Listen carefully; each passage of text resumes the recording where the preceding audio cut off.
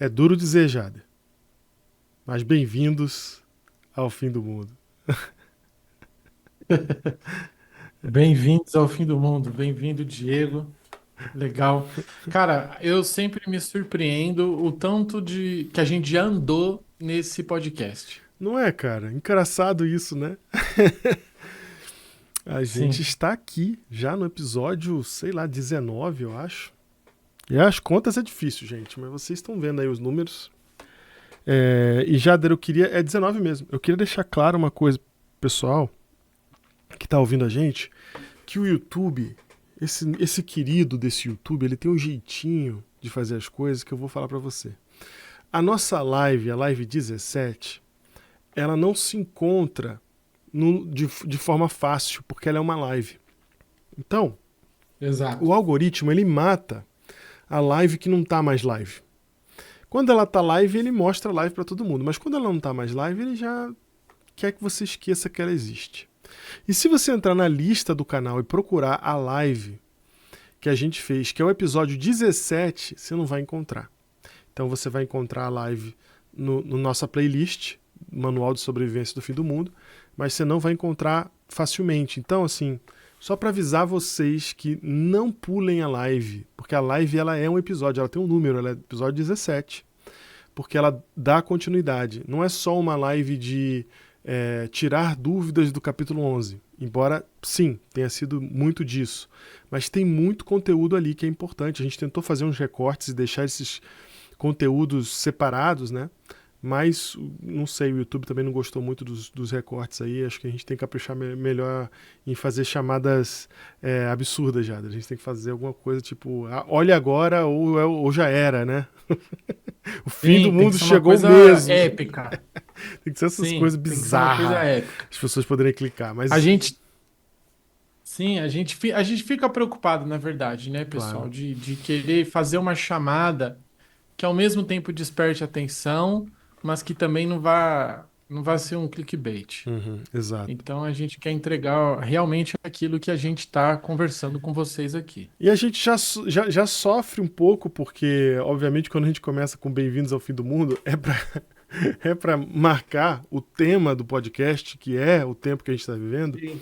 e ao mesmo tempo já parece já histérico, né? Então a gente está aqui sempre repetindo para vocês não esquecerem que nós estamos aqui para falar de profecias sem histeria e sem apatia. Então são as duas coisas que a gente quer Exato. evitar, né?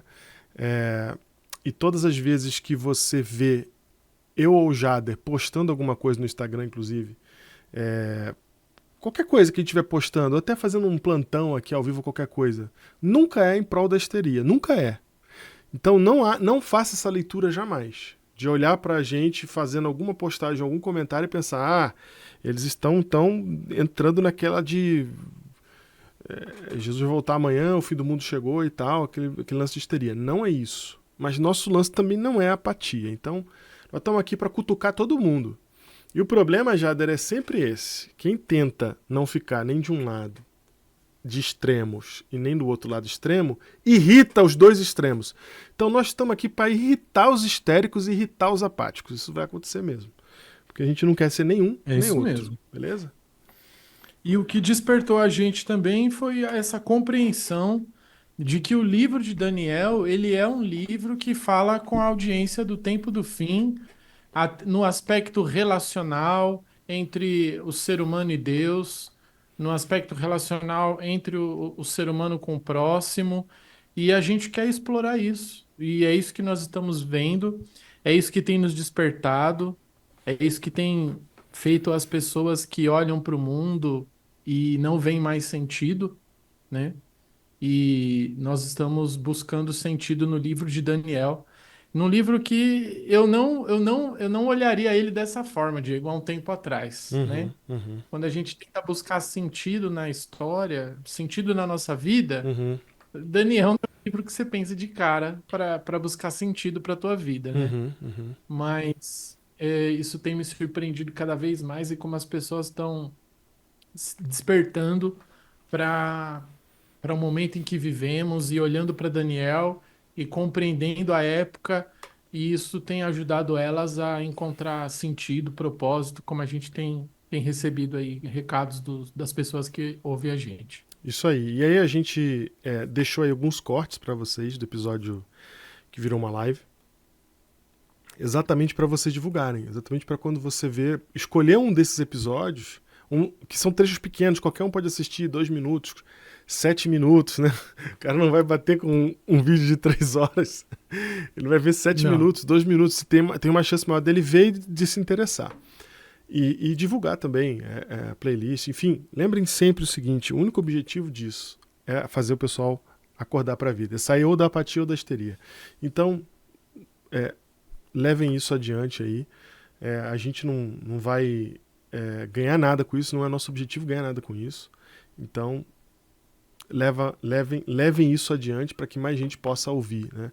E é diário o tanto de gente que vai aparecendo já, do nada, gente nova, nossa, não sabia, descobri, tarará, e fala, mudou, mexeu muito comigo, olha o que está acontecendo, eu tô lendo a Bíblia agora, eu tô lendo o livro de Daniel, caraca, isso é muito maravilhoso, é isso que a gente quer.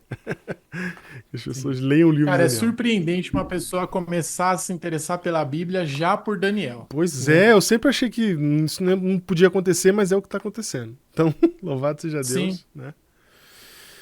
E Jader, falando então que é um livro contemporâneo, a gente foi para Ezequiel no último episódio, mas calma, a isso. gente não acabou ainda, Daniel. Estamos acabando, falta pouquíssimos episódios, talvez esse mais 2 e acabou Daniel, tá?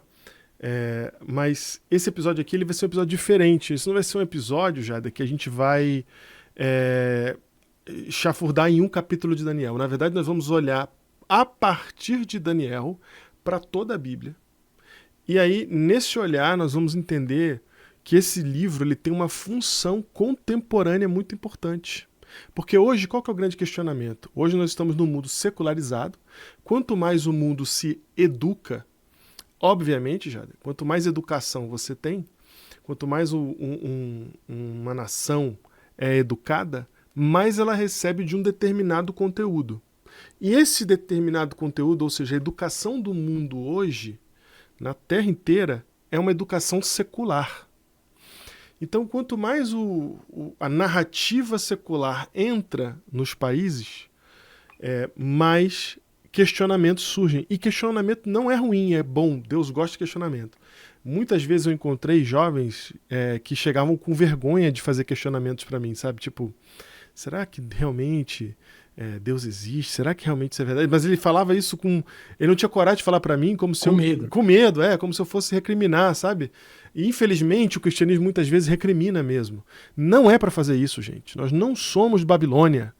Pode perguntar, pode ter dúvida, pode questionar. Deus não tem medo de dúvida, Deus não tem nem medo de pergunta.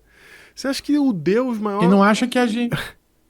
E não acha também que a gente está esperando que você só faça perguntas complexas, coisas complicadas. Se é dúvida, é legítimo, Exato. né? Se você tem uma pergunta e você quer compartilhar com a gente, faça isso. E, o que, Dúvida é saudável. e Deus não se ofende com questionamento, né? Tipo, Deus, já Sim. tá perguntando para ver se eu existo ou não.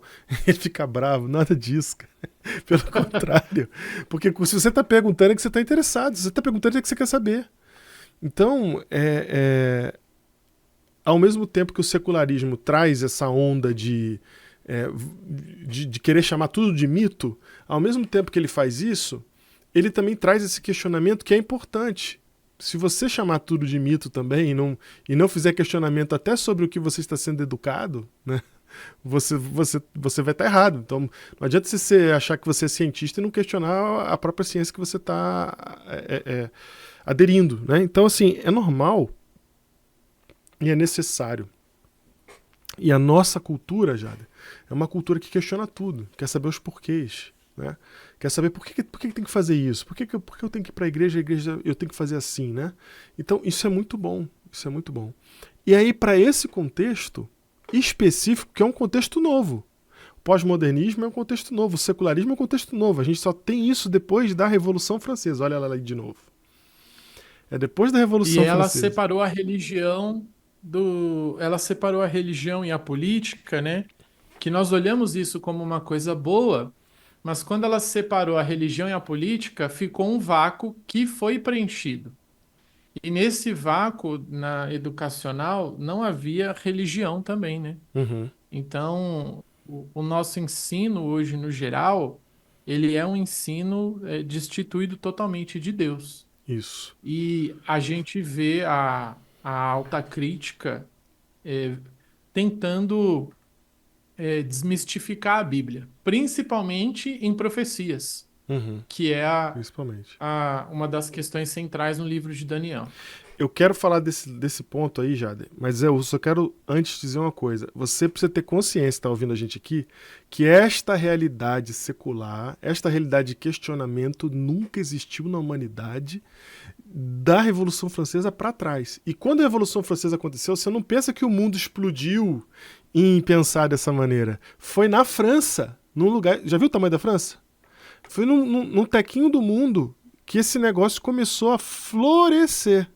De lá para cá, a gente entrou inclusive em período de juízo. Dentro desse período, uma das coisas que aconteceu é que a gente pode se afastar de Deus com muito mais facilidade e tranquilidade, porque ele está intervindo menos. Então, obviamente, as pessoas vão cada vez mais andando nos seus próprios caminhos.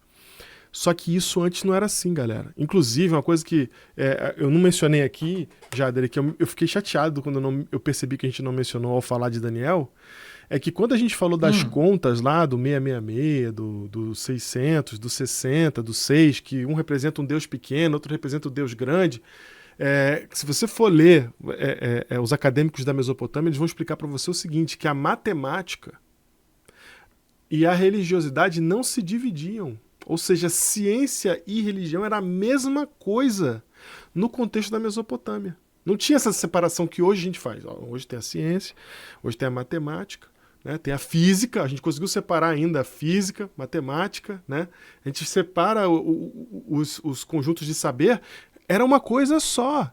Quem fazia a matemática na época da Mesopotâmia eu ia falar padre, era o sacerdote, certo? O priest em inglês é a Sim, mesma coisa. Então, assim como as grandes descobertas modernas, nossa, foram motivadas por princípios religiosos, como o padre que postulou a teoria do Big Bang, hum, e eles não viam essa separação.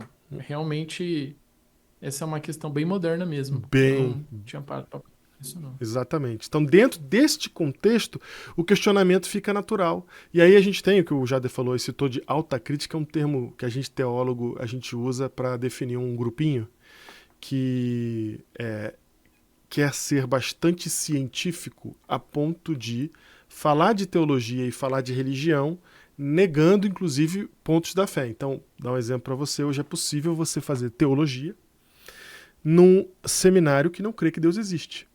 Não é louco isso? É possível. Que é bem mais comum do que os seminários que creem que Deus existe. Exatamente. Quanto mais acadêmico você vai, o científico você vai, mais você se rende a esse tipo de leitura, né? Cada vez mais fazendo uma análise humanista da religiosidade e menos uma análise ou uma aceitação, vamos colocar assim, Jader, que transcenda o materialismo. Então ou você é materialista, né? Ou seja, o sobrenatural, o espiritual não existe, ou você é espiritual, e aí fica essa divisão que vai cada vez aumentando cada vez mais. Mas isso surge de uma ideia boa que é questionar. Pô, será que é verdade? Será que é mesmo? E não tem problema de fazer isso, como a gente está falando aqui. E o livro de Daniel, Jada, incrivelmente, de todos os livros que tem na Bíblia, parece que ele foi escrito para esse tempo aqui. Parece que ele foi escrito para esse período de questionamento, para esse período de secularismo, porque é bizarro o que o livro de Daniel, só ele consegue fazer. Nesse sentido, nem Apocalipse faz o que o livro de Daniel faz. Porque Apocalipse, embora seja profético, ele não tem a marcação histórica que Daniel tem.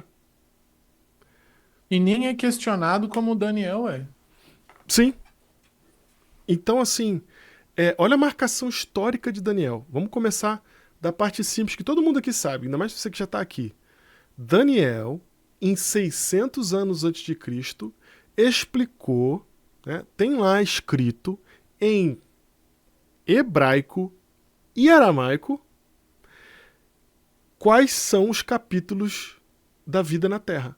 Quem são os reinos que vão reinar. E, em sequência, descreve isso. Desde os 500, 600, eu vou falar 500, 600, mas é 500 e alguma coisa, 580, 590, enfim. Quase 600 anos atrás, antes de Jesus, tá? Ou seja, estamos em 2024, nós estamos falando de 2.600 anos atrás. Isso. A Bíblia já falou qual reino que vinha, depois vinha um outro, depois vinha um outro, depois vinha um outro, depois vinha um outro. Explicou todos eles. Até o último reino, que vai ser o de Jesus Cristo. E o bizarro é que essa marcação histórica num livro bíblico aconteceu exatamente como o livro preveu. Não é doido isso, cara? É tão doido que você não tem nem como encaixar ela em outro período, com outros acontecimentos, outros fatos de tão preciso que foi. E, Diego, ela também marca o ministério de Cristo, né? Uhum. Que é todo o fundamento da profecia, Sim, né? sim. Todo o fundamento da O profecia. que você está falando com E marca o ainda ministério de Cristo? O que você quer dizer com isso? Eu sei o que é, mas traduz o, pessoal. O que você está falando? ela marca o período onde Cristo inicia o seu ministério, o ponto alto do ministério, que é o seu sacrifício, né? Uhum. A sua morte, sua ressurreição. Tudo isso foi previsto, né? Foi profetizado pela Bíblia antes que acontecesse. Mas eu acho que o mais incrível ainda é o que a gente está fazendo aqui desde o primeiro episódio, Uhum. que é usar o livro de Daniel. Um livro que foi escrito há 2.600 anos atrás para falar as coisas que estão acontecendo hoje, que a gente vê na É, tela do computador, cara, acontecendo. Aí você fala, verdade. nossa, o livro de Daniel falava isso. Verdade, Jader. Verdade, cara. Ou seja, o mais bizarro é você ter um livro de 2.600 anos atrás que encaixa no tempo de hoje, que fala ao tempo de hoje. É muito louco isso, realmente, cara. Porque não encaixaria em outro tempo. Se o pessoal tivesse lendo isso aqui em 1500, né? Os caras não iam conseguir, não ia bater igual. Não ia bater igual. Tinha que ser agora, nesse momento que a gente está, entende? Então, é realmente uma evidência muito interessante isso. Só isso em si, só aqui. Eu sei que quem já crê, só de ouvir isso aqui já está satisfeito. Porque fala, cara, realmente, como que 2.600 anos consegue descrever um mundo como está o de hoje? Como que faz? Como que faz para a gente ter uma conversa desse tipo, né? Aí, além, não bastasse isso, ele vem de lá para cá, os 2.600, marcando história.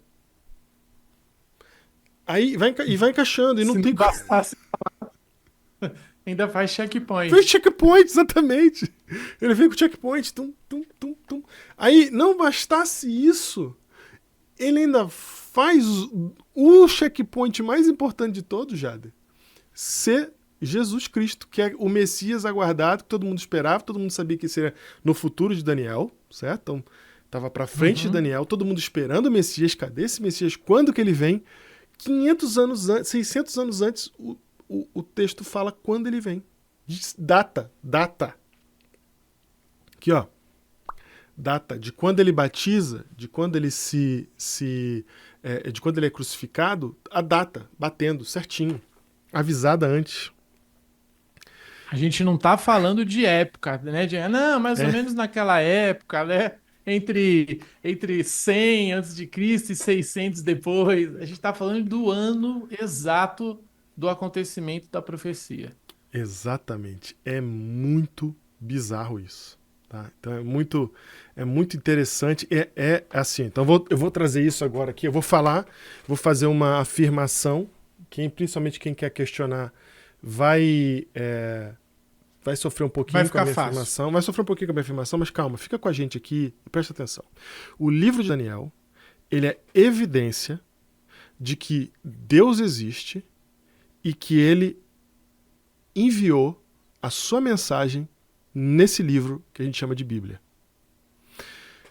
Porque a gente tem conexões do livro de Daniel com vários outros livros da Bíblia. Tá? A gente tem o livro de Daniel provando que existe alguma coisa, é claro que eu creio que essa alguma coisa é Deus, mas eu estou falando para quem não crê, existe alguma coisa que avisou o que ia acontecer 2.600 anos antes, 500 anos antes de Jesus, né?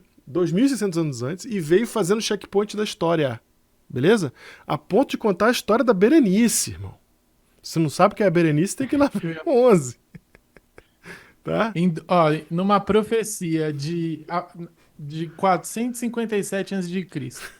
a 1844, você citar uma família, cara, isso mostra que não é qualquer livro que a gente tá lendo. Citar. Não é só citar a família, Jada. Cita a família e fala o que acontece na história da família. Cita nomes, né? Entendeu? Né? Cara. Então, o problema... Só esse fato já fica mais difícil ainda de não situar Daniel onde ele está situado. Uhum. Porque antes de eu falar sobre isso, eu quero ir além do que você falou, Digo. Além do livro de Daniel provar que Deus existe, não é simplesmente que Deus existe. É que ele existe, é que ele é bom e que ele é um Deus pessoal, porque ele atua na história. Ele se relaciona com Daniel de forma pessoal e através de Daniel ele mostra que ele vai se relacionar com todo aquele que quiser se relacionar com ele ao longo de toda a história até que a história finde como findou a profecia da estátua. Então, não importa em que época a pessoa nasceu, ela é capaz de se relacionar com Deus se ela quiser. Exato. Ele se aproxima, né, Jade? Ele se aproxima, ele está envolvido. E aí, um Deus perto. E aí, Jade, olha como isso fala pro secular, quer seja cristão, quer seja ateu. Olha só, Jade. A gente fala assim, tá bom, Jesus então prometeu que ia voltar e não voltou até hoje. 2.000 anos e ainda não voltou. Por que não voltou ainda? Daniel responde. Ele fala, não voltou. Porque ainda não deu o tempo de voltar. Porque o tempo de voltar está determinado. Tá tudo certo. Vai acontecer isso, depois isso, depois isso, depois isso, depois isso. Vai dar certo, vai acontecer. Então por que não voltou ainda? Porque não deu o momento de voltar. É só por isso. Você tá impaciente, querido. Você que vive 80 anos de vida só, coitado. Você tá com impaciência. Mas tá, vai. E Mateus 24 ainda fala que é perigoso pensar assim. Sim, sim. Perfeito. Mas o que eu quero dizer é só o seguinte, Jader. Eu quero dizer o seguinte... Por que não veio antes? Amigo, tava no ventre de bronze, não era para vir. A gente sabia que ia ter o ventre de bronze, depois ia ter perna de ferro, depois ia ter os artelhos de ferro e de barro, e aí vai vir a pedra que vai se estabelecer sobre todo o resto. Quer dizer, tem uma sequência. Deus não está esperando um dia bom para vir, no sentido de simplesmente falar assim, eu acho que vai ser agora tá legal, vamos descer agora, vamos resolver isso agora. Cara, ele tá no controle da história. Agora aqueles que falam que me representam estão me representando mesmo. Agora eu vou voltar. Agora sim. O pessoal melhorou lá embaixo? Melhorou, agora é a hora então. Tá determinado. Então, olha só como responde para as nossas ansiedades de hoje, quer seja ateu, quer seja crente. Entende? Aí, Jade, a gente tem as 70 semanas lá no capítulo 9 de Daniel, que a gente estudou aqui. As 70 semanas é de uma precisão que a gente acabou de citar. Jesus ali, ele é colocado no centro da conta, né? Dos 2.300 anos. Sim. Jesus é posicionado de um jeito. Tem gente, Jada, que interpreta essa profecia de maneira diferente. Tem gente que acha que as 70 semanas são literais, são 70 semanas mesmo. Tem gente que acha que as 70 semanas não são dia pra... tudo no passado. Já aconteceu, não era sobre Jesus e etc e tal. Tem, claro que tem. Há divergências de interpretação? Há. Mas eu desafio você a estudar isso aqui. De verdade. Olhar o que a Bíblia está dizendo e achar que não pode ser uma conta simples que é 70 semanas, um ano, para cada dia, um ano, né? Que é uma coisa que a gente tem no livro. O livro usa essa. A gente não está saindo do livro, a gente não está indo em outro texto da Bíblia, a gente não está buscando o texto prova. O livro de Daniel, ele faz essa conversão de para um dia, um ano. Aí você olha, 70 semanas, vamos imaginar que as 70 semanas sejam do passado. Onde encaixa? Não encaixa do jeito que deveria encaixar. Aí quando você usa o critério do ano, encaixa perfeito. Encaixa com o começo do ministério de Jesus, com a crucifixão de Cristo. Encaixa com um monte de coisa. Não é engraçado? Então, é lógico que vão haver variações de interpretação. O que eu digo para você é, vai ver todas. Vai lá ver. Eu fui. Vai lá ver todas. Olha as que são. Olha você, não esquece, não precisa nem ser influenciado pelo papo de última hora, amigo. Vai lá, olha você. O que pode ser esses 70 semanas? E se você encontrar qualquer outro encaixe que não seja esse, aí você vem falar comigo. Só que é o seguinte, eu nem preciso de acreditar na interpretação de ninguém, porque o próprio Jesus interpretou as 70 semanas pra gente. Não preciso, cara. Eu tenho o próprio Jesus interpretando as 70 semanas. Eu vou ter dúvida agora? Do que significa isso? E quando a gente vai até para alta crítica, eles mesmos já reconhecem a historicidade de Jesus.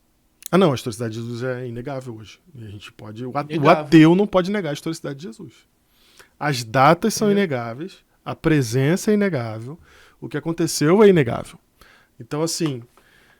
E aqui, só para deixar claro, eu já estive presente em palestras em ambientes acadêmicos, altamente ateístas, inclusive com um professor ateísta palestrando, e nenhum deles nega a historicidade de Cristo. A historicidade de Cristo é um jogo que não se joga mais há muito tempo, tá?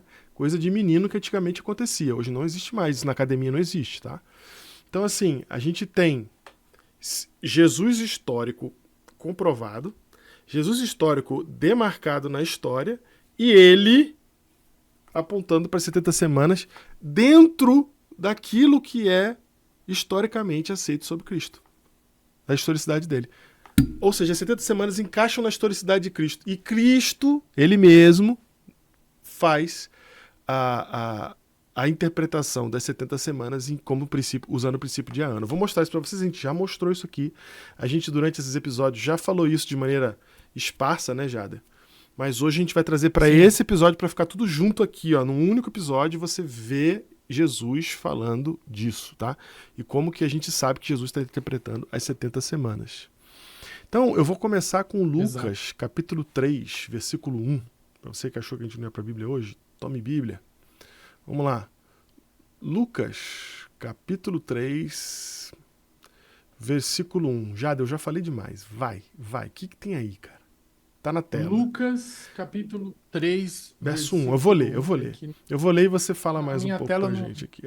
No 15º ano do reinado de Tibério César, sendo Pôncio Pilatos governador da Judéia, Herodes tetrarca da Galiléia, seu irmão Filipe, tetrarca da região da Itureia e Traconites, Elisânias, tetrarca de Abilene, sendo sumos sacerdotes Anás e Caifás, veio a palavra de Deus a João, filho de Zacarias, no deserto. Obrigado, Lucas. Obrigado. Lucas, um médico, né, reconhecido pela história, um erudito. Ele escreve o seu livro com um costume muito comum na historiografia greco-romana, Diego, onde ele precisava situar os acontecimentos no calendário. Uhum. E para situar os acontecimentos no calendário, na história, ele cita esses principais personagens da história. Ele cita o governador, ele cita os tetrarcas, ele cita Tibério, cara. Uhum. Qualquer um hoje consegue abrir a internet e verificar que esses personagens que Lucas cita, como Tibério, Herodes, Pôncio Pilatos, qual que foi o outro aqui que você citou? Filipe, Lisânias. Sim.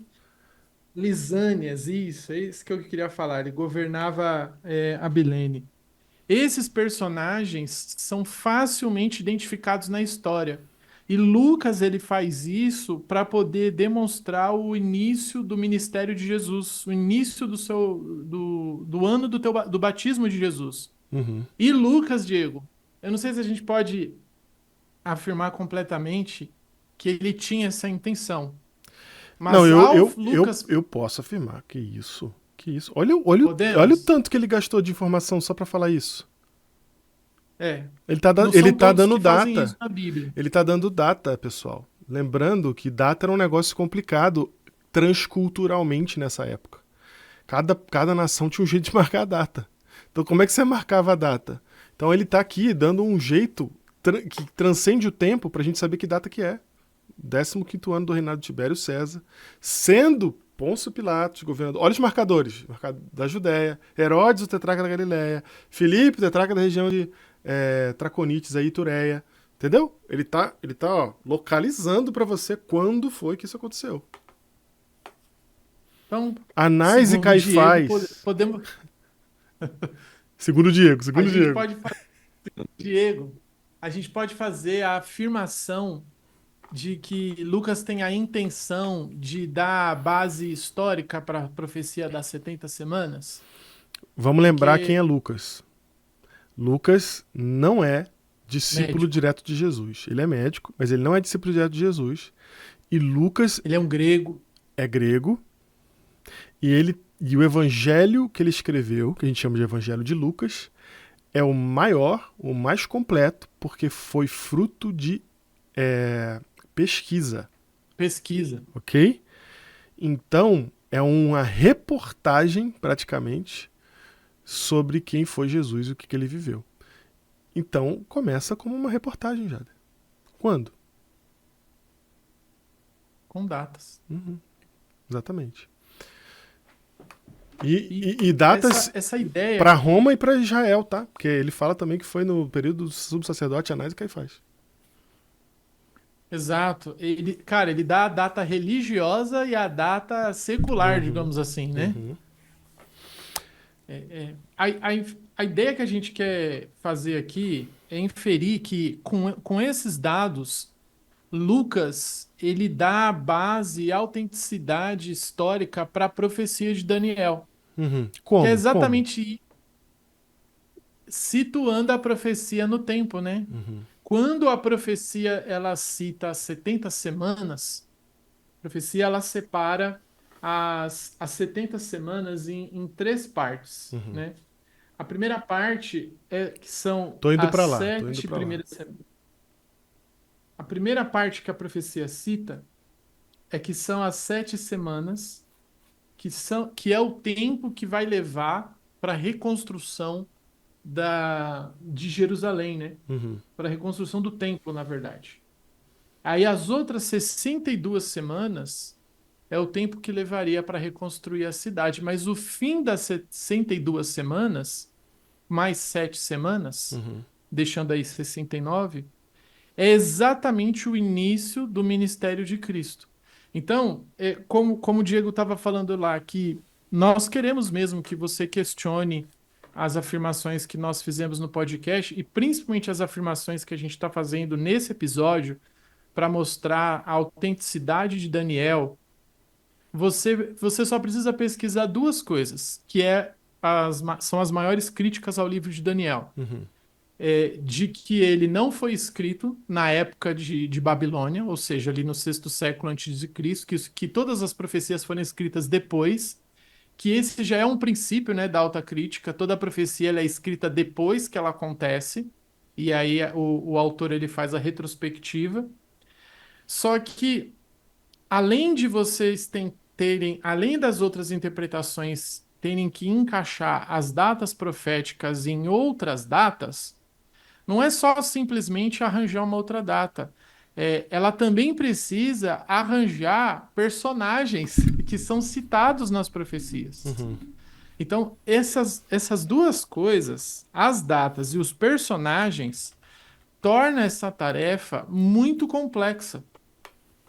Então, esse é o desafio que a gente deixa para vocês. Se você tem alguma outra interpretação que se encaixa as datas e os personagens, como nós citamos, por exemplo, quando a profecia cita que o príncipe ele virá, que a gente aplicar isso para Jesus e todas as coisas que ele tem que fazer, outros personagens que você pode encontrar, ele também precisa cumprir todo esse papel. Não basta só mudar a linha do tempo, precisa ter todos esses requisitos se cumprindo.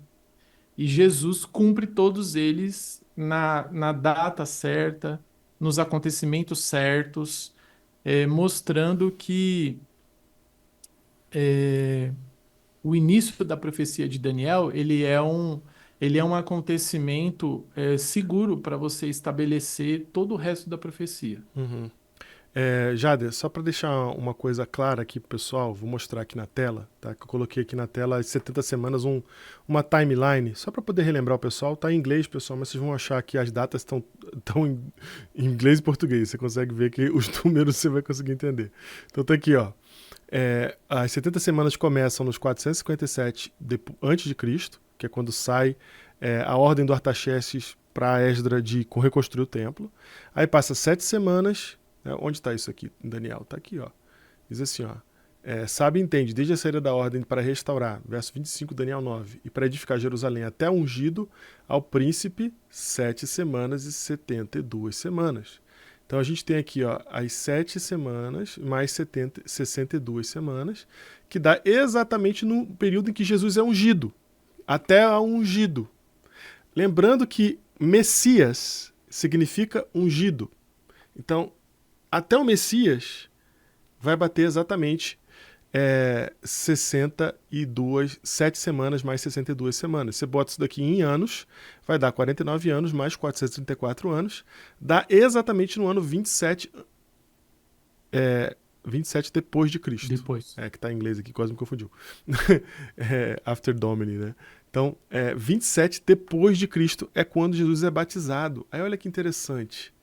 Você vai lá e olha o que a gente acabou de ler em Lucas, e ele fala lá quando que começa o ministério de Jesus. E ele dá toda a datinha certinha. Ó, galera, na época de Anás e Caifás, na época de Herodes, né?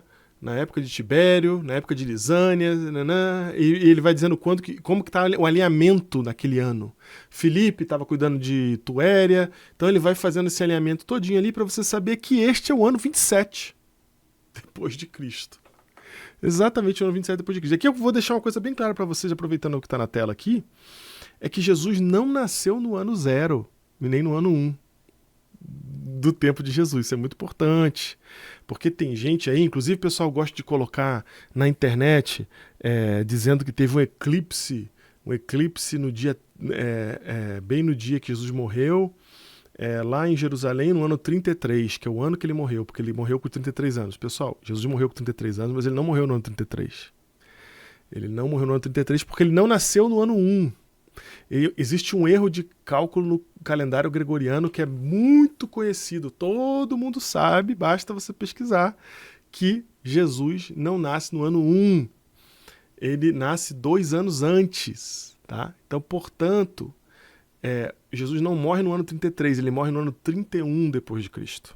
Beleza? E isso que eu estou falando aqui é amplamente conhecido e essa é a data. Todo mundo sabe que o calendário gregoriano tem 2 anos de erro na sua conta. Quando eu falo todo mundo sabe, é acadêmico, gente.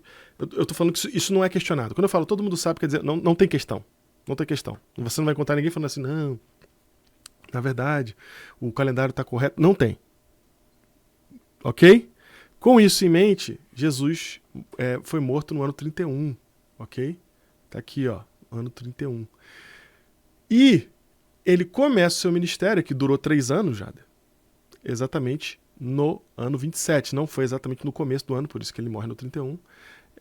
E é no ano 27 que ele E ainda começa. a profecia separa uma semana para o ministério de Jesus. Exato. Então, assim,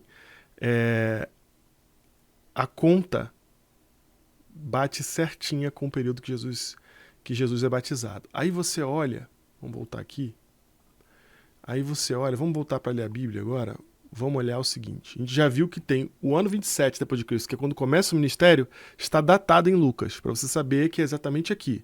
Então, o encaixe já está feito, mas vamos deixar Jesus fazer o encaixe para a gente.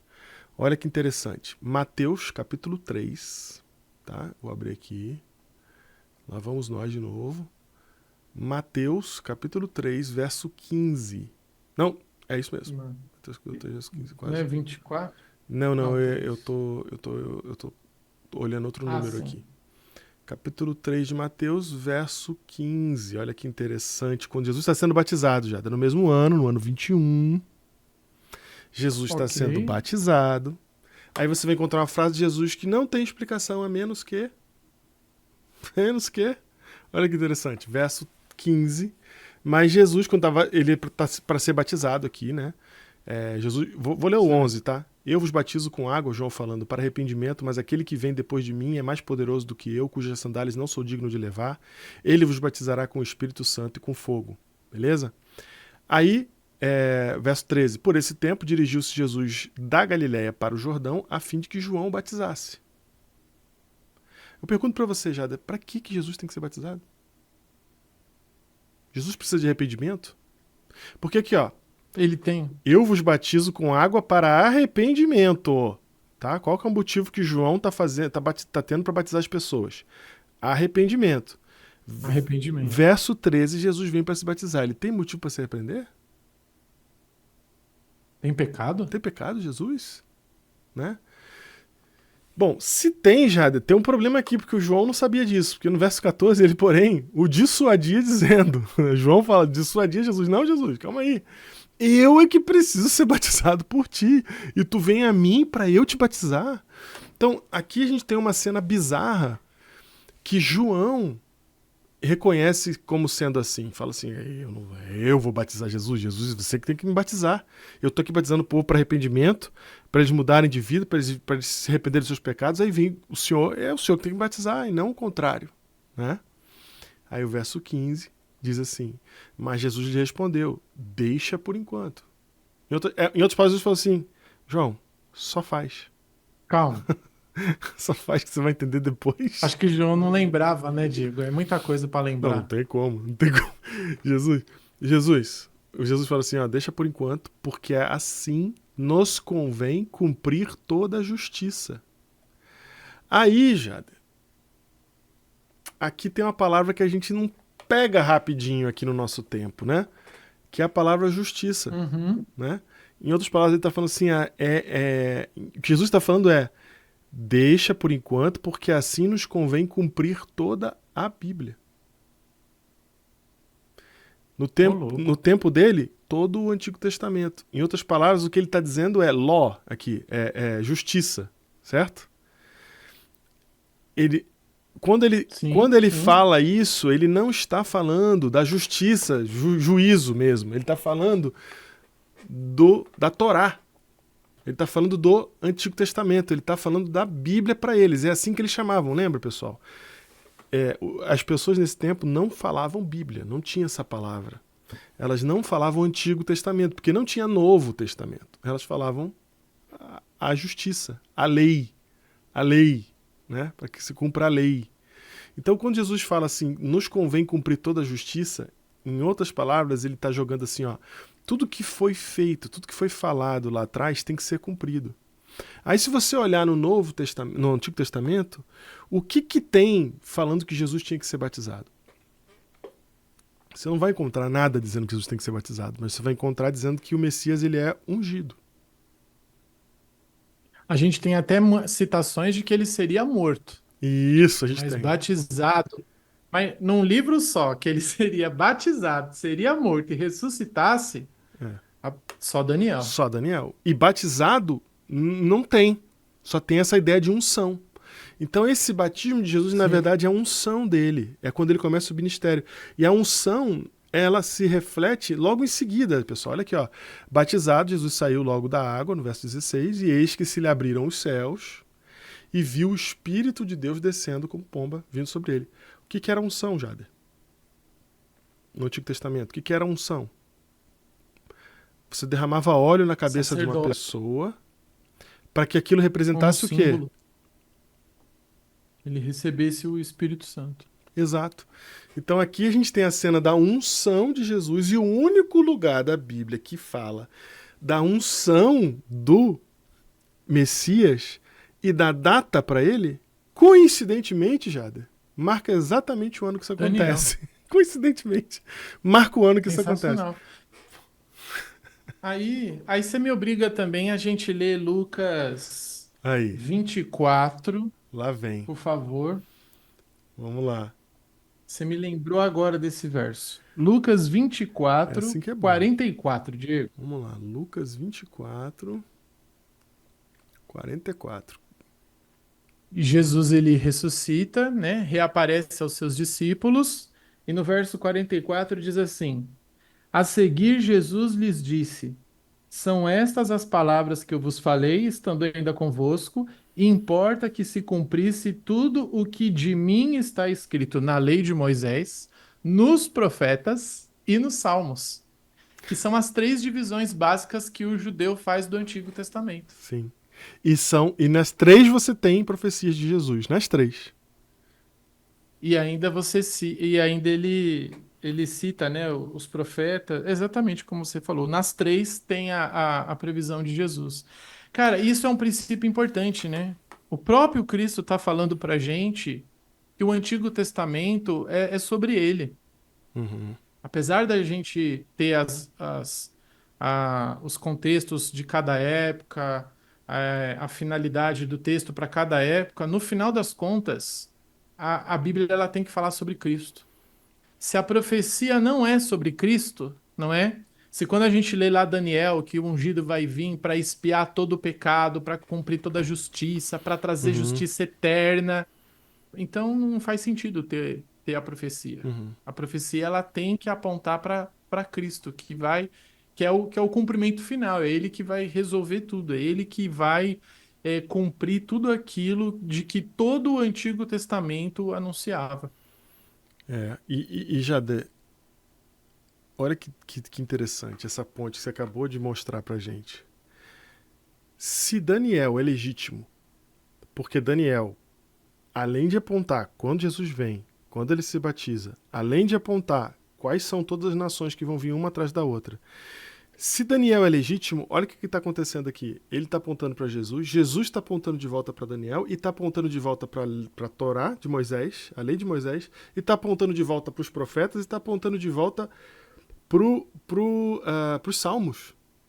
Salmo, é os livros de sabedoria. Ou seja, você está vendo que está tudo ligado, que eu não posso jogar fora? Não posso falar assim, não, é só Daniel. Então, não tem como ser só Daniel. Entendeu? Não tem como. Tudo isso aí, cara, é de Deus. Deus está por trás de tudo isso. Esse é o ponto. Certo? E aí, Jader, aqui eu vou mostrar mais uma coisa de Jesus falando a respeito de...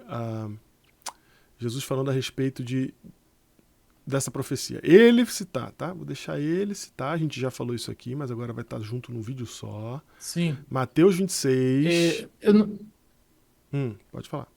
não sei se ainda tá claro, né? Talvez não esteja claro. Tipo, o que eles estão querendo hoje, né? Nesse episódio. Nós queremos mostrar, pessoal, que há evidências suficientes para crer nas profecias de Daniel, de que simplesmente não é uma fé cega, né? Não é um fideísmo. Uhum. A Bíblia ela sempre vai dar evidências para mim, para você, que você pode usar a sua razão, o seu cérebro, e você pode ter evidências suficientes para crer naquilo que está escrito. Sabe? Você não vai ter evidências que vão te livrar de todas as suas dúvidas. Senão você não precisaria ter fé. Uhum. Mas você pode ver, e a gente ainda vai mostrar mais algumas coisas, que é possível sim você ter uma fé racional, você ter uma fé inteligente naquilo que a Bíblia está mostrando para você. Que novamente é um discurso que... Isso que o Jada acabou de fazer é um discurso só necessário para o nosso tempo. Nunca foi preciso falar isso aí que ele está falando. Não é louco isso? Nunca foi preciso. É. Mas agora é. É verdade. Não era necessário convencer as pessoas de que Deus existe. Isso, irracional e tal. E falar, olha, tem evidência mesmo, pode procurar que você vai achar. Não era necessário. Agora é. E aí, olha só, Mateus 26, capítulo 1, Mano. capítulo 1, verso 1. Eu estou trazendo esse problema do capítulo, do verso pro capítulo para cá. Mateus 26, Tá. verso 1 a 2 diz assim: Tendo Jesus acabado todos esses ensinamentos, disse a seus discípulos. Então aqui, ó, Jesus acabou de todos os seus ensinamentos. O último sermão de Jesus já aconteceu. Foi o capítulo 24 e 25, que a gente já estudou aqui nessa série. Aí ele terminou de falar tudo que ele tinha para falar, ou seja, terminou o seu último discurso na Terra, vamos falar assim. Olha o que acontece. Disse a seus discípulos: Sabeis que daqui a 2 dias celebrar-se-á a Páscoa e o Filho do Homem será entregue para ser crucificado. Então é só. Jesus sabe exatamente, Jader, quando que ele vai ser crucificado. Porque 2 dias antes dele ser crucificado, ele já sabe. Só lembrando que para ele ser crucificado, não é que tinha uma trama certa que Jesus já conhecia porque ele estava lendo os blogs e ele sabia que os caras estavam querendo pegar ele. Não. Um cara ia trair ele numa noite, certo? Esse cara tinha que escolher ser esse cara. Isso. E ele ia acabar preso naquela noite. E Jesus sabia que isso ia acontecer. Aí você fala assim, lógico que ele sabia. Afinal de contas, ele é Jesus. Ele é Deus. Ele sabe das coisas antes da hora. Ele sabia mesmo. Ele tinha essa provisão, essa previsão. Ele tinha isso. Né? Você pode falar isso, você pode dizer isso. Como eu, na minha fé inocente, já acreditei que seria isso. Porém, a gente sabe que o Messias haveria de morrer exatamente no período de uma Páscoa, Jader, porque isso tá predito desde o Egito. Egito. No Egito, beleza? Então, assim, o sangue do cordeiro no umbral da porta era para fazer uma sombra de Cristo. Então, a gente sabe que essa data da passagem que acontece no Egito é exatamente a data em que Jesus seria crucificado. Então isso já estava predito já há bastante tempo. Mas qual seria a Páscoa que ele seria ser crucificado? Ele começou o ministério dele no ano 27. Poderia ser a Páscoa do ano 27? Poderia ser a Páscoa do ano 28? Poderia ser a Páscoa do ano 29? Qual é a Páscoa na qual ele vai ser sacrificado? Ele sabe exatamente qual é. Né? Ele sabe exatamente qual é. Por quê? Porque ele tem presciência, você vai dizer. Bom, se ele tem presciência, por que ele resolveu citar Daniel 9 aqui?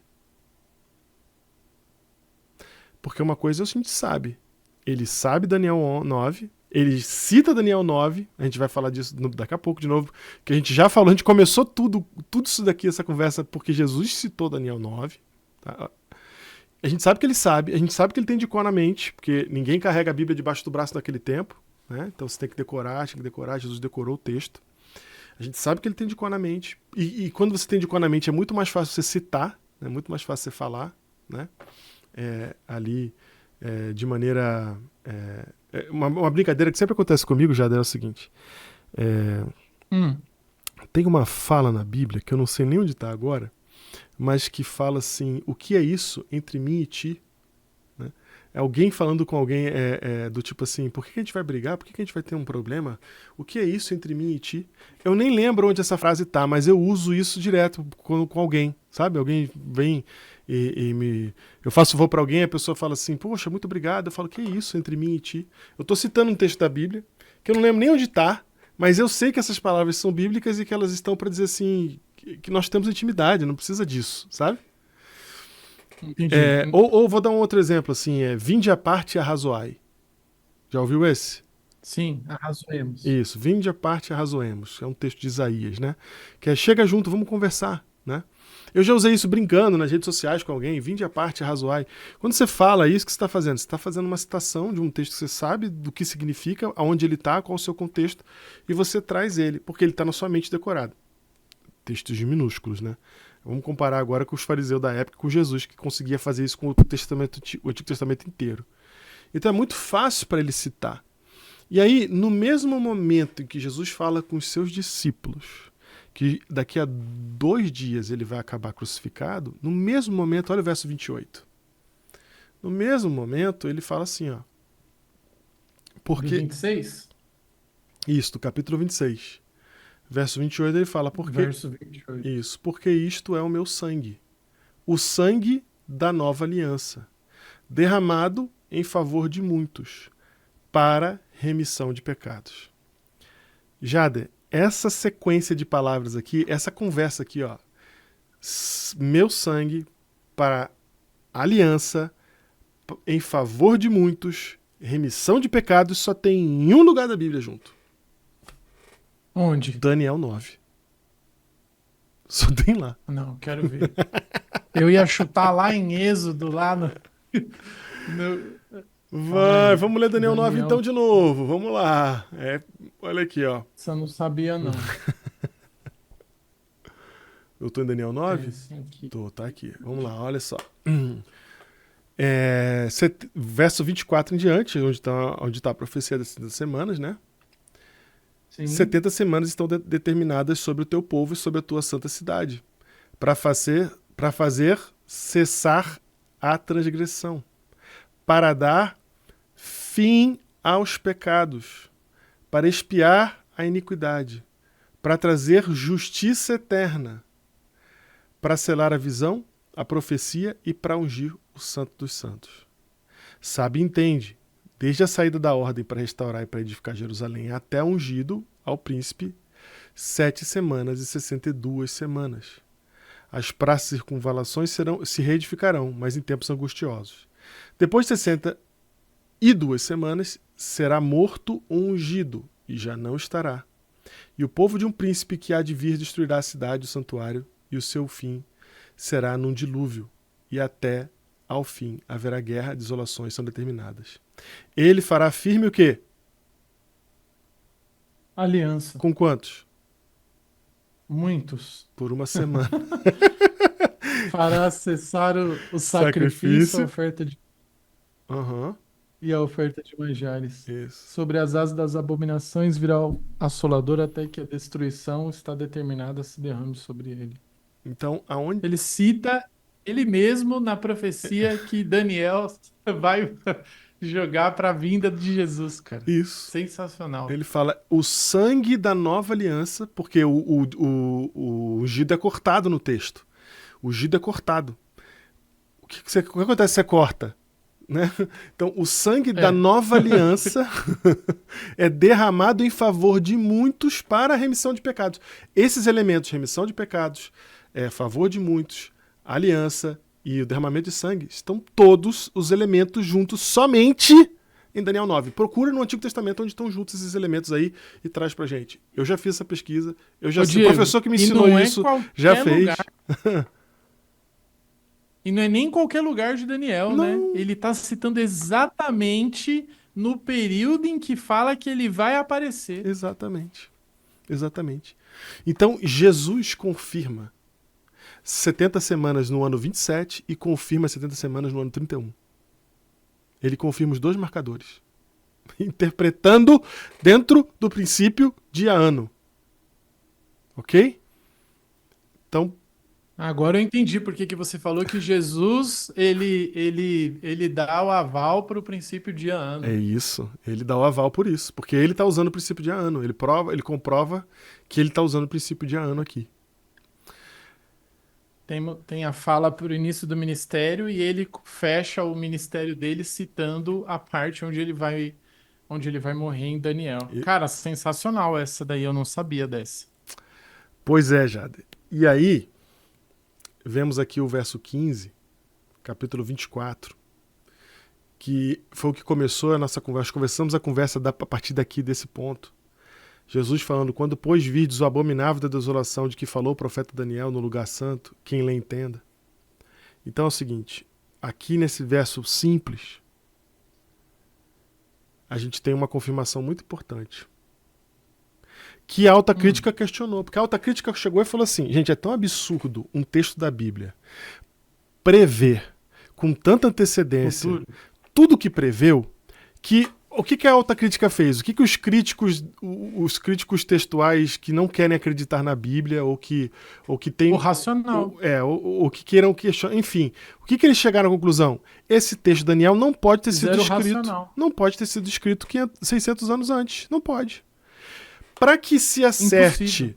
o nome dos camaradas, para que se acerte quem vai vir depois, quer dizer, numa loteria de nações que estão brigando, você acertar quem é que vai liderar, com 2, 3 graus de distância de praticamente eras, né? Ali. Como é que se faz isso, cara? Então, a conclusão que se chegou foi isso aqui. Olha que interessante. Para você ver como isso é tão poderoso que, ao olhar isso, os caras só puderam ter uma conclusão. Quem não quer crer só teve como pensar uma coisa. Então, foi escrito depois. Então, assim, ó, isso aqui foi escrito bem depois. Isso aqui foi escrito depois de Jesus. O primeiro chute, Jada, é que isso aqui tinha sido escrito depois de Jesus. Que Daniel foi inventado por hebreus depois de Jesus, para poder acertar tudo isso. Só que aí Ô, louco. começou a aparecer umas coisinhas que começou a derrubar isso aí. Para Arqueologia. começo de conversa, o menininho que jogou a pedra dentro de uma caverna e ouviu um barulhinho de vidro quebrando, entrou lá dentro e descobriu os manuscritos do Mar Morto. E dentro dos Fragmentos de Daniel. Dentro dos manuscritos do Mar Morto tinham fragmentos de Daniel, que aos poucos foram sendo estudados. Aí, logo nos primeiros já descobriram que era 50 anos antes de Cristo, o fragmento mais novinho que tinha lá. Já não dava para ser depois de Cristo, já criou um problema. Porque as 70 semanas, mesmo para um cara 50 anos antes, para ele adivinhar a data do batismo e a data da morte de Jesus, ele estaria de parabéns. Mesmo que seja 50 anos antes. Sim. Lembrando, pessoal, que a expectativa de vida dessa época era 40.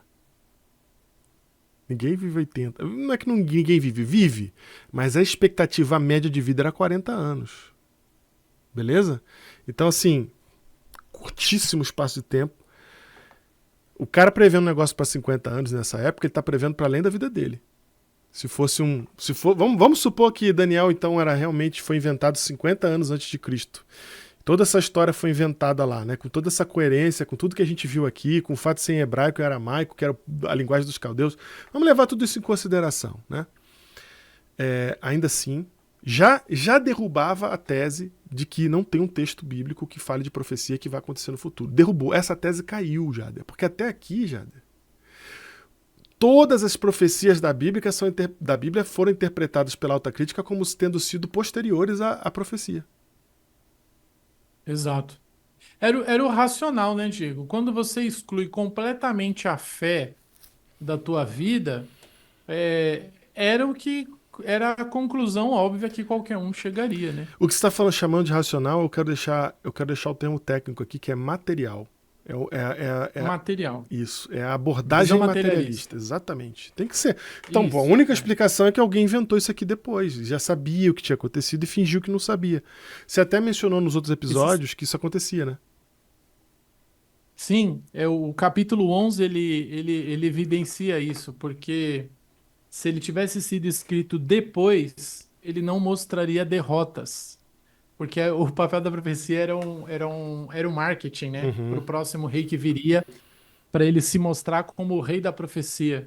E você sabe, Diego, que ao mesmo tempo que eles jogam Daniel para mais ou menos ali na 160, 200 anos antes de Cristo, até esse aí que foi depois de Cristo, eu não sabia dessa opção. Uhum.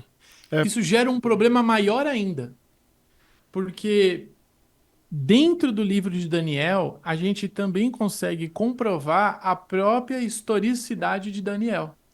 Até aqui a gente está usando Mateus, Lucas, né? Como você fez aí.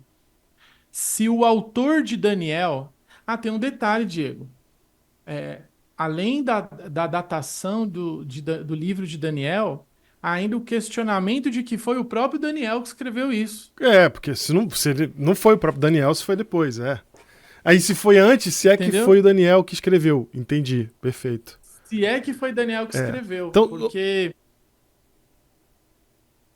porque como a gente abordou a questão que o livro é escrito em hebraico, em aramaico, né? Uhum, Então fala, uhum, ó, são duas pessoas diferentes. uhum, uhum. O livro, a parte histórica, Daniel fala dele na terceira pessoa e na parte profética fala dele na primeira pessoa. Mas essas são questões que são comuns também em livros do Antigo Testamento. A própria estátua do capítulo 2, ela é uma evidência de que foi uma pessoa só que escreveu o livro, porque ela cria a unidade literária no livro, Uhum, uhum. onde todos os outros acontecimentos derivam da estátua, que Sim. está logo no começo no capítulo 2. Uhum. Mas o mais Peraí, incrível, peraí. Diego, Antes é antes de que. você falar isso que você vai falar aí, deixa eu só fechar uma ideia aqui, Jada, que é o seguinte. Porque eu quero que você fale de como que o próprio livro vai trazer essa credibilidade. Mas, ó, só quero fechar a ideia do seguinte. Se você acredita em Cristo, se você é cristão, você não pode debater isso aqui. Porque o próprio Jesus falou de Daniel, o profeta Daniel. Vai lá ler o Daniel. Quem lê, entenda. Então, assim, se não fosse Daniel que escreveu o livro de Daniel, Jesus teria dito, gente, né? Não foi Daniel, ele não citaria Daniel, ele não se preocuparia em fazer tudo o que ele fez aqui com Daniel. Então, Cristo está dando sua autoridade, emprestando sua autoridade ao livro de Daniel para confirmar o livro de Daniel. Ah, eu não creio em Jesus. Tudo bem, mas você tem que engolir que ele esteve aqui. E ele foi um cara maravilhoso. Ok, ele foi um cara maravilhoso e tal, legal. Só que esse cara maravilhoso aí, ele falou que ele era Deus. E ele falou do livro de Daniel. Então, se ele é maravilhoso mesmo, gente boa, gente fina, o paz e amor que você gosta, ele falou para você que o livro de Daniel é um livro importante. Dê ouvidos a ele, tá? E aí, Jader, só mais uma coisa antes de você ir para a parte interna, que é o Flávio Josefo, cara. Não podemos esquecer de falar o seguinte: Flávio Josefo era um judeu que trabalhava para Roma, era um historiador que trabalhava para Roma, o historiador mais conhecido, acho que da história é Flávio Josefo. Sim. Flávio Josefo conta uma história muito interessante, e eu vou dizer aonde, no livro Antiguidade dos Judeus, tá? Número 11, capítulo 8. Ele fala, Jader, que quando Alexandre o Grande invadiu Jerusalém, o sacerdote foi até Alexandre e mostrou o livro de Daniel para ele. Ou seja, a gente tem. Já estava me esperando você. Eu não acabei o Mar Morto ainda. O Mar Morto, o manuscrito mais antigo que a gente tem do livro de Daniel do Mar Morto é de 200 anos antes de Jesus. Não é de 50, é de 200 Isso. anos antes de Jesus, beleza? Então, 200 a 250 anos antes de Jesus, é certo que o livro já existia. Então já jogou por terra um monte de coisa, inclusive Roma não estava no poder ainda, tá? Aí, você tem agora Flávio Josefo contando, e Flávio Josefo não é cristão não, tá? Muito pelo contrário. Flávio Josefo contando que quando Alexandre o Grande invadiu Jerusalém, Jade, ele não ele fica amigo dos judeus por causa disso, cara. Porque o sacerdote chega pra ele e fala assim, olha só, você tá aqui na nossa profecia. Aí ele vê, se alegra com isso e a partir dali ele passa a tratar os judeus melhor. Ele passa a ter uma relação diferente com os judeus porque o sacerdote mostrou para ele o livro de Daniel que falava dele. Então, joga essa história ainda mais para trás do que os 200 anos antes de Jesus, porque joga isso pro período do Alexandre o Grande. O livro já existia no período de Alexandre o Grande. Então, não foi Daniel que escreveu. Então quem foi, irmão? Quem é esse profeta que conseguiu prever isso, se não foi Daniel? E se não foi Daniel, cara, que diferença faz? Uma coisa eu sei. Eu acredito que foi Daniel, tá, gente? Só tô dizendo o seguinte, pra você que é racional, pra você que é materialista. Amigo, o troço tá escrito há muito tempo. É isso. Eu te mandei um link aí, Diego, só para você mostrar para o pessoal aí na tela, um fragmento do encontrado nos manuscritos do Mar Morto com a palavra, com um trecho do capítulo, se eu não me engano, 8 de 8. Daniel. 8, né? 8, 1 a 8. O primeiro nome que vai aparecer lá em cima é Daniel. Para você que tem Olha curiosidade aí. sobre isso, todo manuscrito do Mar, os manuscritos do Mar Morto, eles estão digitalizados online. E se você ainda for um mais entusiasta, tem uma biblioteca cuneiforme digital, Ô, com louco. escritos assírios neobabilônicos, que é o período do livro de Daniel. Só você buscar lá no filtro neobabilônico. Onde, Diego? Você sabia que muito tempo era clássico de que Nabucodonosor não existiu, Sim, recente. entendeu? Uhum, Isso é recente também, uhum, os últimos 100 anos de arqueologia que derrubam isso. uhum. Mas eu vou falar disso de Nabucodonosor depois.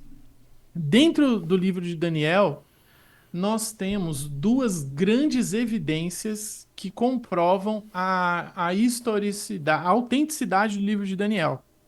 Quando você mencionou, né, que eles jogam a autoria de Daniel mais ou menos ali para o ano 100, ano 200, antes de Cristo, que foi até mais ou menos o período ali da revolta dos Macabeus, É um pouco que é antes da o revolta dos período. Macabeus.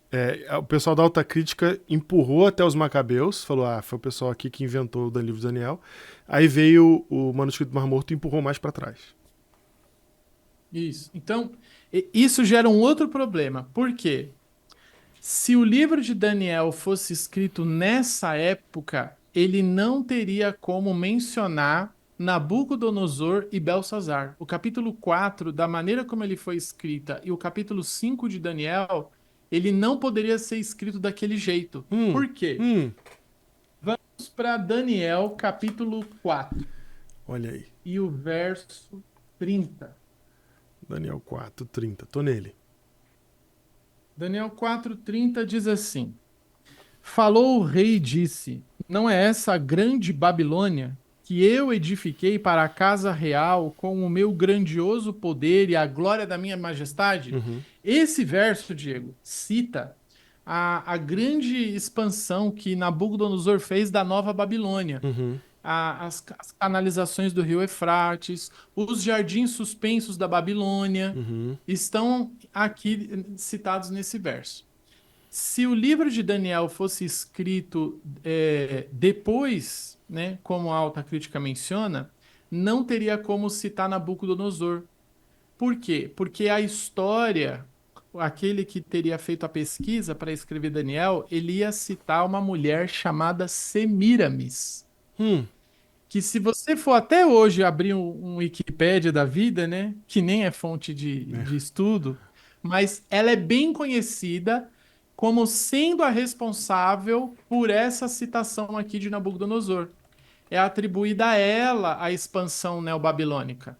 A grande riqueza, os jardins suspensos, é atribuída a ela. E durante muitos anos foi atribuída a Ah, Semíramis. entendi. Aham. Entendi. Ou seja, Entendeu? Então, eles acreditavam que essas coisas gloriosas da Babilônia tinham sido feitas por essa Semíramis e não pelo Nabucodonosor. porque se só alguém que teria vivido na época de Babilônia que seria capaz de mencionar Nabucodonosor. Se não, devido ao contexto e à época, ele teria que ter mencionado outra pessoa e não Nabucodonosor. E como você falou, foi recente a descoberta de Nabucodonosor. O portão de Star, que está lá no Museu acho que britânico, se não me engano, que é aquele portão azul, sabe? Sim, sim. Eu acho que é o Os britânico. tijolos de Babilônia que tinham o carimbo de Nabucodonosor. Uhum, Então, essas descobertas criaram um grande problema para a alta crítica. E um outro problema é a própria menção que Daniel faz do rei Belsazar no capítulo 5. uhum. Por quê? Porque para a história, o último rei de Babilônia é Nabonidos. Sim, E sim. Daniel cita Belsazar. Uhum, Só que isso é facilmente resolvido porque Belsazar ele oferece a terceira posição no reino lá em Daniel 5,16, uhum. sendo que ele era o segundo. O pai dele estava numa cidade chamada Teima e ele atribui todo o domínio político e militar para Belsazar. Uhum. E aí, Belsazar, então, ele só pode ter oferecido o terceiro. E hoje vocês olham amplamente aí na internet, no site que eu citei da Biblioteca Cuneiforme Digital, vários inscritos das crônicas de Nabonidos, mencionando Belsazar. Então, aí agora a alta crítica tem esse problema, né? não é mais Semíramis, não é mais Nabonidos, né? Não Uhum. está errado Nabonidos, ele era o rei, mas Nabucodonosor e Belsazar, por Daniel ter mencionado eles, eles garantem a autenticidade do livro de Daniel. Ou seja, Jader, o pessoal hoje sabe muito mais do que a gente sabia há 200 anos atrás sobre Babilônia. A Babilônia era completamente. A única coisa que se tinha de Babilônia era o próprio texto bíblico. Aí a gente descobriu as crônicas de Nabucodonosor, a gente tem as crônicas de Nabucodonosor, a gente tem as crônicas de Nabonido. Né? Hoje dá para ler essas coisas, elas estão Tem disponíveis. o, tem o cilindro de Ciro que narra a tomada de Babilônia, porque Belsazar estava dando um banquete Uhum, e Ciro ele registra no cilindro que ele tomou a cidade sem esforço nenhum, porque todo mundo estava sim, na festa. sim, sim. E é muito legal você ver, por exemplo, ler as crônicas de Nabucodonosor e ver, por exemplo, que a primeira invasão, quando ele leva os utensílios do templo, ele está voltando para, ele pega os utensílios do templo para dar de presente para o pai, né? Ele tá voltando ele estava numa outra frente de batalha. Aí acontece alguma coisa com o Isso. pai dele. Eu acho que o pai dele fica doente, Ele morre. morre, alguma coisa, né? Alguma coisa acontece Ele com o precisa pai. voltar Ele, correndo para assumir o e, trono. mas antes ele dá uma passadinha em Israel, pega um loot ali, Exato. né? Pega uns bens ali, umas coisa boas para chegar lá e dar de presente pro pai. Então, olha, você tem essa riqueza de detalhes hoje que a gente não tinha antigamente e tudo isso confirmando aquilo que se passou muito tempo negando, negando. E hoje a gente tem todas as confirmações aí. Bem hoje, de novo, Jada, de novo hoje. Tá claro para quem quer Numa pesquisar. época de incerteza. Você tem visão materialista? Vai atrás, procura as informações, você vai ter resposta. Esse é que é o louco desse momento, o louco do que Daniel é pra gente, o quão impressionante isso é e por que eu acho que esse episódio é importante, Jada.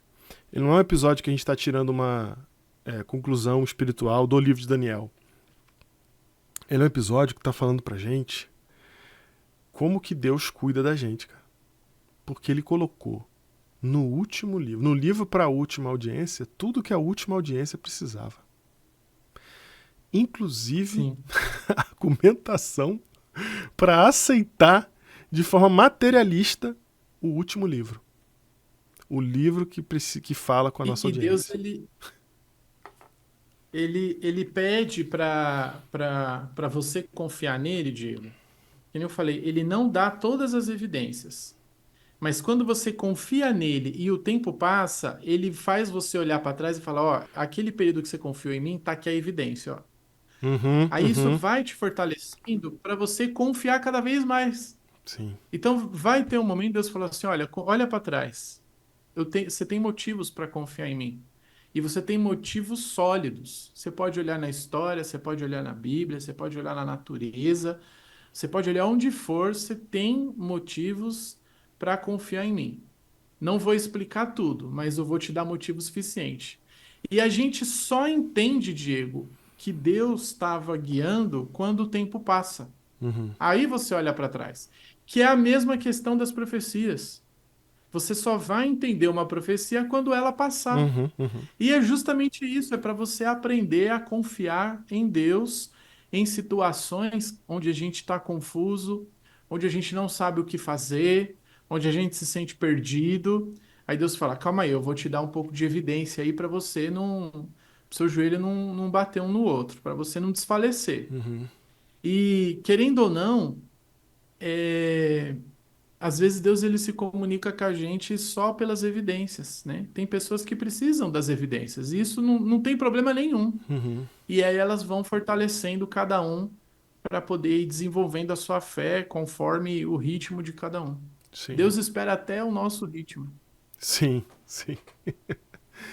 E hoje, no mundo que a gente está, as pessoas elas vão buscar desculpas para continuarem nas suas próprias vontades, fazendo aquilo que elas querem. Né? E Deus, com todo cuidado, com todo carinho, prepara o livro de Daniel.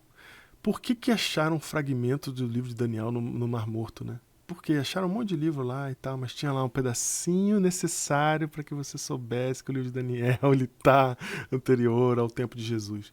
Por que Jesus fala essa frase lá no verso 15 do capítulo 3, quando ele vai se batizar? Por que todas essas coisas estão montadas e que hoje a gente consegue remontar e tem o privilégio de ter internet para a gente poder chegar aqui, que nem a gente está fazendo agora, e trazer tudo isso junto e mostrar para você, ó, aqui, ó, esse Deus se importa com a gente. Esse Deus mandou um recado para você no tempo de hoje, porque hoje você precisa ver, hoje você precisa acordar, hoje você precisa saber o que está acontecendo no mundo, você precisa saber o que vai acontecer no mundo e você precisa saber em quem você precisa confiar nesse processo. Sim. E Diego, eu quero usar as palavras de Jesus.